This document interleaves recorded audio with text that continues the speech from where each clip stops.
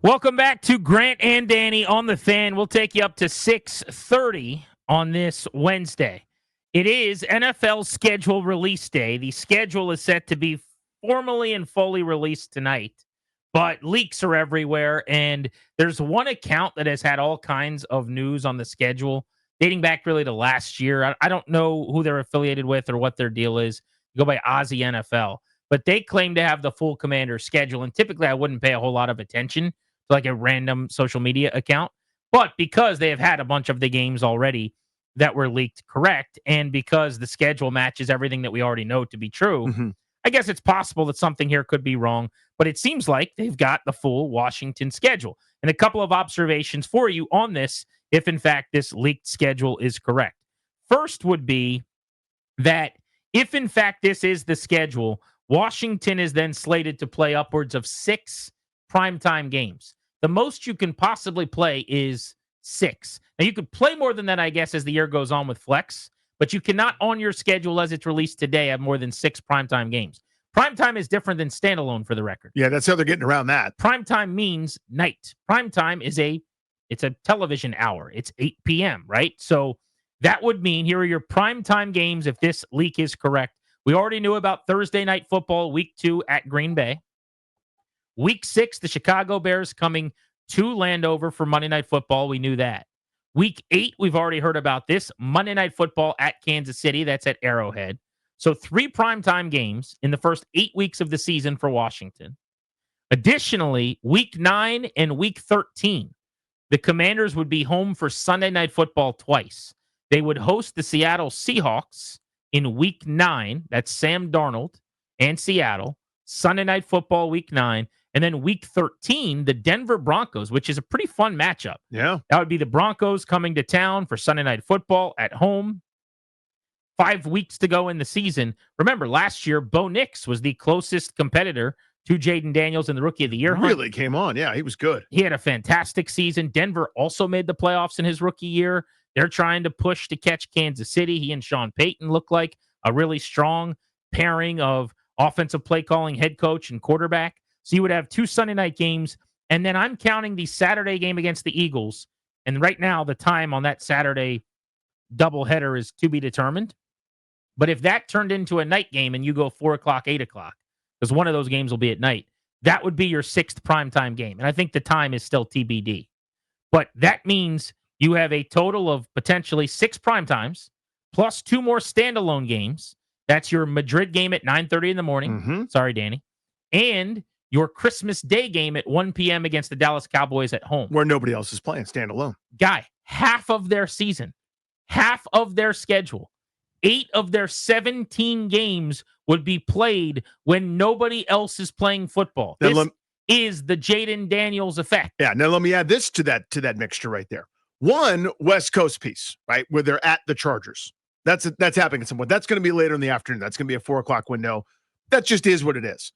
But there's again, this according to this, there's a Cowboys game and a Lions game at 4:25, the lesser of the 2 windows. That's kind of your old school Fox game of the week or your CBS game of the week. Well, there may be another game on, but most of the country, again, will be seeing a more marquee matchup.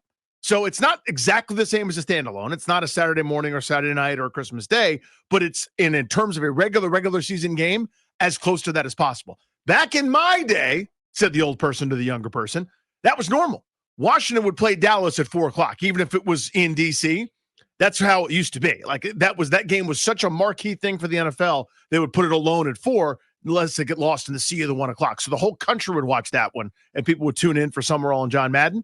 It feels kind of like that. In addition, are to the standalones. Plus, the last game of the season could absolutely, as I understand it, be flexed to a more primetime spot. So you could be talking about 9 times when they're alone on television, 2 or 3 other times where there's very little competition. AKA, nation, this is Washington, chill and serve. So at home, for those of you that have season tickets that are listening and or go to a lot of games, there's a Monday Night Football game, there's 2 Sunday Night Football games, and there's a Christmas Day game. So there's 4 right there that are not Sunday at 1 o'clock. The amount of Sunday afternoon football games is only half of the regular season home schedule, which has not happened here maybe in my lifetime. I mean, even in 2013 after the Griffin year, it was pretty amazing how, the next year they opened Monday Night Football, I think it was, against the Pittsburgh Steelers. Like, there was a lot of interest. Everyone wanted a piece of them, but it wasn't like this. Mm-mm. This is very different. And some of this, I think, it's not just Jayden Daniels. That's the biggest piece of this puzzle, obviously. Everybody wants him on their network. It's also, they're really good in everybody's mind. Mm-hmm. We've talked about it. NFL Network, ESPN, their power rankings came out. They've got them 6th. If you look at just the NFC, they're basically 2nd or 3rd, depending on who you ask. It's like the Eagles, the Lions, and then the Commanders. But you want to be in the cool kids club, right? You want your quarterback to be the beloved guy. You want the superstar. Well, we finally have it. And the result is, look at this schedule. 3 Sunday night games.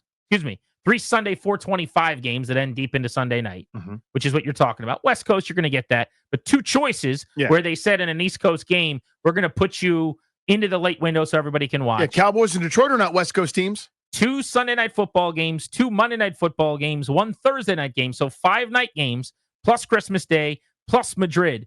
We're talking about a total of 10 games potentially. 10 that are not at 1 o'clock. And that's even before anything gets flexed at the end of the year. And as you said, you would imagine that game with the Eagles, if it came down to anything. Yeah, unless someone has it wrapped up. Yeah. Well, but that could very easily be one of the first flex opportunities. And for good reason now, they don't actually put times on any of those games in week 18. So they could be playing 7 primetime games. They could be playing 9 standalone games. And they could be playing 11 games not at 1 o'clock.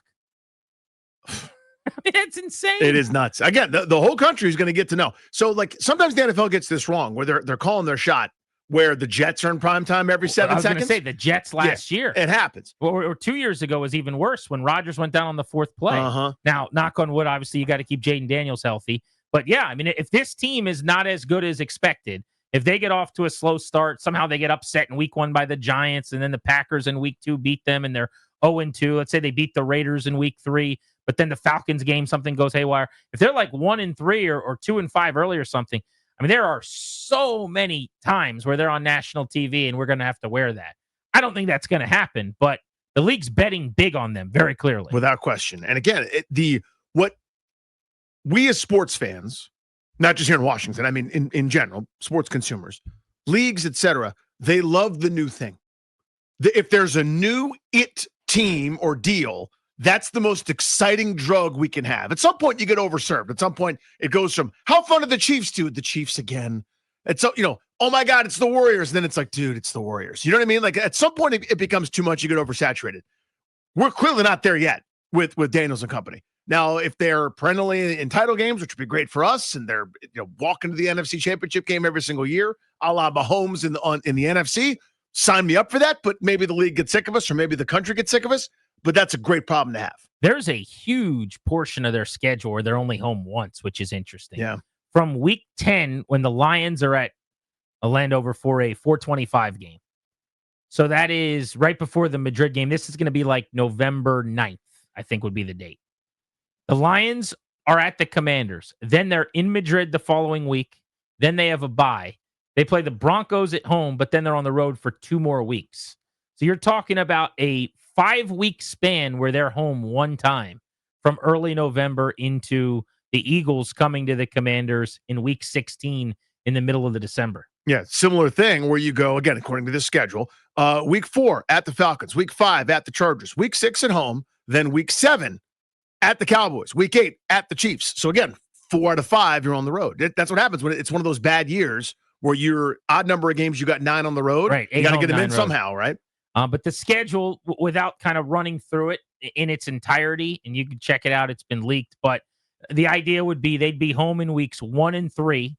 So they'd host the Giants to start. Then they're at the Packers, short week Thursday night football. Then the Raiders come to town. I got to say, that's an interesting early season game for me. They draft Ashton Genty. They've got a new head coach in Pete Carroll. They've got a new quarterback in Geno Smith. I think the Raiders are kind of fun. They've got one of the great defensive players in the league in Max Crosby. Yeah, they've gone from kind of a debacle to probably frisky. I don't think they're good. Yeah. I don't think they're winning that division. Well, I'd also like to play them early. I'd like, to me, getting them in week 3. I actually like that a lot better than later in the year as a Pete Carroll coach team kind of bringing on a new culture. Think Dan Quinn last year. Week 4 is at the Falcons. Similarly, I like playing Atlanta earlier in the year with Michael Penix, what will be like his 5th or 6th career start at that point. And I don't know which way it goes with him this year, but assuming he has a good season, I think you'd probably rather catch Atlanta in the first month than the final month. But you're at the Falcons in week 4, at the Chargers in week 5. That was a playoff team last year. Justin Herbert led LA year 2 with Jim Harbaugh. They've invested big time at the running back position, not only drafting one in the first round, but going and getting Najee Harris from the Pittsburgh Steelers. Week 6, you're home for your annual Bears primetime game. Right. That's Caleb Williams, Jayden Daniels. That was the Hail Mary game from last year. That's on Monday night. How many times in week 6 on Monday Night Football will we see that highlight, by the way? And play it as much as you want to. It might get shown a few times. Week 7 at the Cowboys, 4:25. That's about as boring a Cowboys game as you're going to get. Just a 4 o'clock window, national TV, Joe Buck.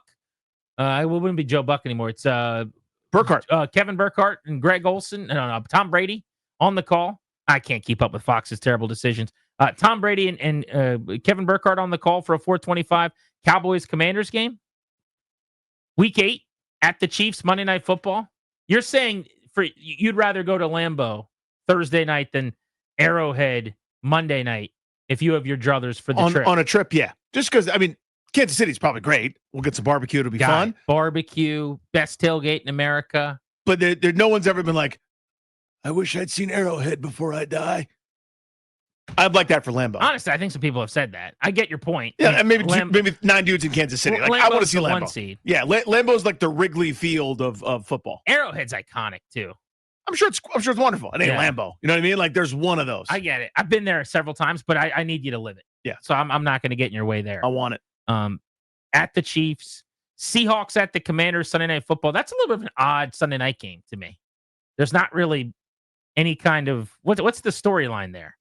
They interviewed the head coach of the Seahawks and chose Dan Quinn over him, or kind of he chose Seattle over Washington. Yeah. Is that intriguing enough to you? Is Mike the McDonald? thought that Seattle's going to be pretty good? I mean, they love winning 9 games. They're 10-ish win kind of wild card team. Maybe so. That could be it. Honestly, 2 wild card teams in the NFC going head to head for positioning. Lions at Commanders. We're underselling that. 4:25 game, week 10. That feels pretty revengey, doesn't it? That feels like Dan. What's his name? Your boy. Why am I blanking on his name? The coach of the Lions. Not Dan Quinn. Dan Campbell. Dan Campbell. Goodness gracious. It's like, anyway. Campbell's starting in preseason, like circling the state, man. Just like with we got a bad taste in our mouth. Acid. And then they're all fired up for that one. Their knees and drag them into the water and drown them. Dolphins in Madrid, then the bye. I know people hate the late buys. I think it's perfect to have a week 12 bye. I'm a late buy guy. Have your week 12 bye, especially when you've got an early Thursday nighter.